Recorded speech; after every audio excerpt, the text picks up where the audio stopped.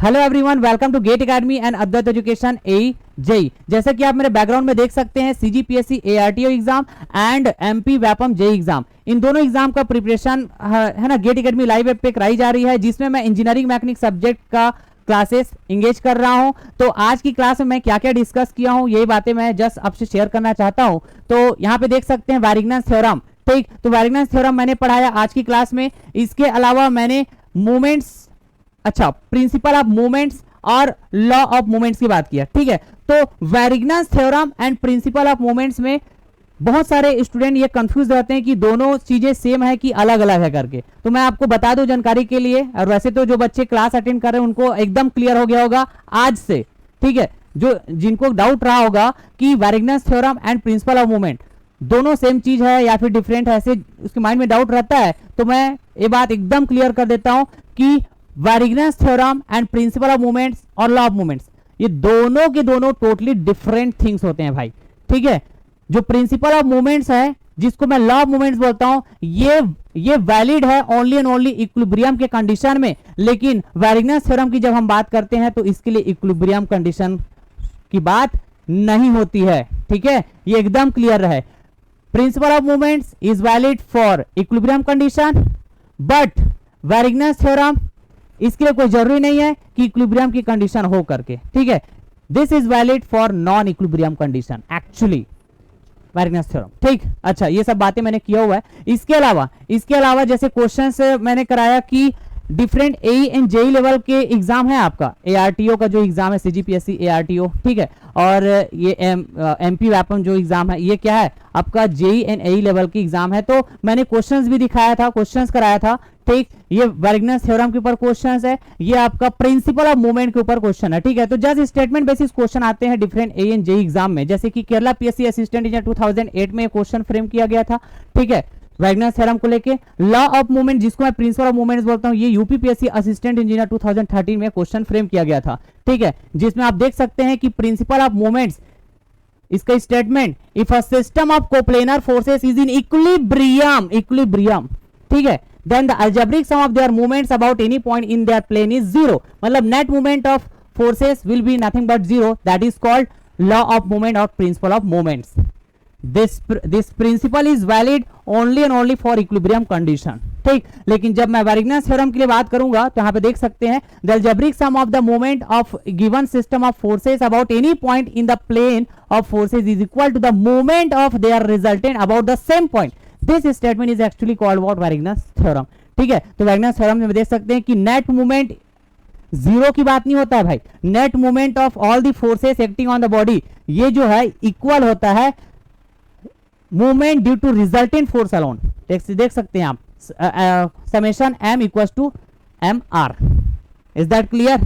तो इक्विलिब्रियम की केस बात नहीं होता है वैरिग्नस थ्योरम में, लेकिन प्रिंसिपल ऑफ मूवमेंट्स में इक्विलिब्रियम की केस बात होता है भाई। एकदम क्लियर रहे आपको, एकदम क्लियर, ठीक है। अच्छा, चलिए, और भी मैंने क्या क्या बात किया वो मैं जस्ट बताना चाहूंगा आपको, ठीक है। इक्विलिब्रियम, ठीक है, चैप्टर नंबर 3 है, इक्विलिब्रियम स्टार्ट किया था मैंने आज। इक्विलिब्रियम में equilibrium of body, equilibrium of forces, ये सब मैंने बात किया हुआ था, ठीक है, कि इक्विलिब्रियम ऑफ फोर्सेस क्या होता है, इक्विलिब्रियम ऑफ बॉडी क्या होता है। इक्विलिब्रियम ऑफ फोर्सेस का मतलब होता है कि algebraic sum of all forces acting on the body are nothing but zero, ठीक। या फिर सभी फोर्सेस यदि कैसा हो, बैलेंस सिचुएशन में हो, बॉडी में एक्ट करने वाले जितने भी फोर्सेस है, सभी फोर्सेस यदि आपस में बैलेंस हो, तो उसका मतलब होता है कि वो फोर्सेस कैसा है, इक्विलिब्रियम सिचुएशन में है। इक्विलिब्रियम ऑफ फोर्सेस कहते हैं उसको। इक्विलिब्रियम बॉडी का मतलब क्या हुआ कि बॉडी का बैलेंस सिचुएशन, ठीक है, मतलब बॉडी में नंबर ऑफ फोर्सेस एक्ट कर रहे हो, यदि उसका इफेक्ट बॉडी में जीरो है, body having zero effect, that is called equilibrium of body, ठीक है। So body having zero effect under the action of light forces, this is nothing but what? Equilibrium of body, ठीक। इसके अलावा मैंने static equilibrium equations पढ़ाया। Static equilibrium equations में, ठीक है, नंबर ऑफ कंडीशन मैंने बात किया, ठीक है, डिफरेंट फोर्स सिस्टम का केस रहता है, तो स्टैटिक इक्विलिब्रियम इक्वेशंस पूछे जाते हैं आपके एग्जाम में, ठीक। जैसे कि कोप्लेनर कंकरेंट फोर्स सिस्टम के केस में स्टैटिक इक्विलिब्रियम की इक्वेशंस कितना? 2, ठीक है। Coplanar non concurrent force system के केस में स्टैटिक इक्विलिब्रियम इक्वेशंस कितना? 3, ठीक है। ठीक उसी तरह non coplanar concurrent force system के केस में स्टैटिक इक्विलिब्रियम इक्वेशंस कितना? 3, ठीक है। Non coplanar non concurrent force system के केस में स्टैटिक इक्विलिब्रियम इक्वेशंस कितना 6। इस तरह से ये सब बातें मैंने किया हुआ है। इसके अलावा फिर मैं कुछ क्वेश्चंस का डिस्कशन किया।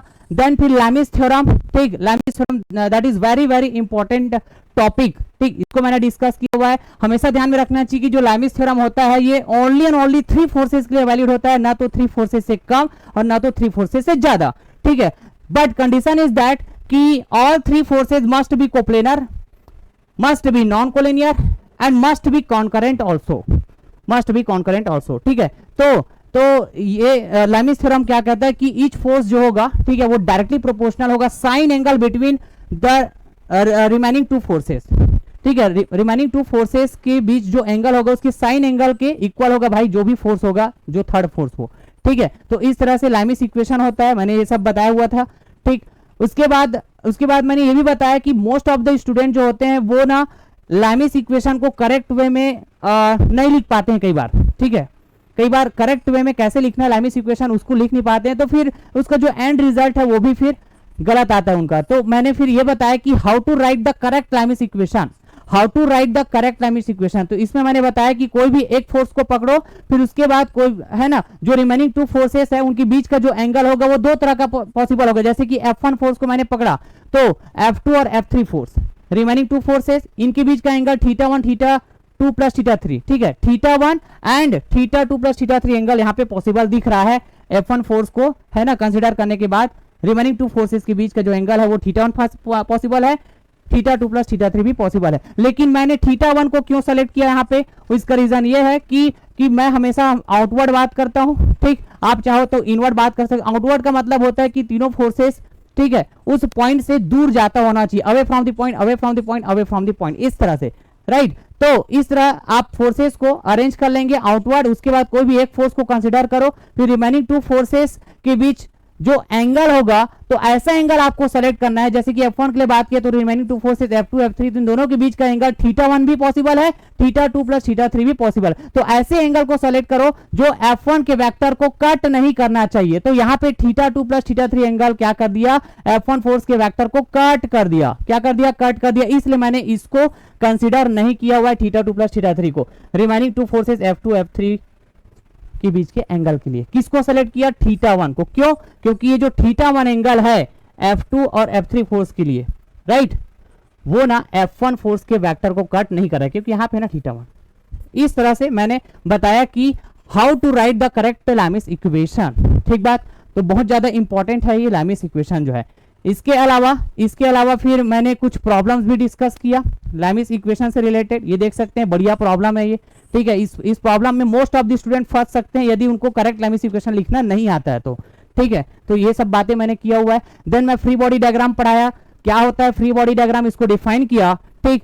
और फ्री बॉडी डायग्राम ड्रॉ करने के बाद ही हम जो इक्विलिब्रियम इक्वेशंस की बात करते हैं उसको हम, है ना, अप्लाई करते हैं भाई, to find the unknowns after drawing free body diagram of the given body और सिस्टम, ठीक है। तो फ्री बॉडी डायग्राम बहुत ही ज्यादा इंपॉर्टेंट टॉपिक है ये, ठीक। उसके बाद मैं टाइप्स ऑफ सपोर्ट में, जैसे फ्रिक्शनलेस सपोर्ट में इस तरह से एग्जांपल बात किया मैं। इसके अलावा, ठीक है, ये रेक्टेंगुलर ब्लॉक वाला केस बात किया, ठीक। तो ये सभी केसेस है जिसको मैं फ्री बॉडी डायग्राम में आज मैं पढ़ाया हुआ हूँ भाई, आज मैं पढ़ाया हुआ हूँ, ठीक।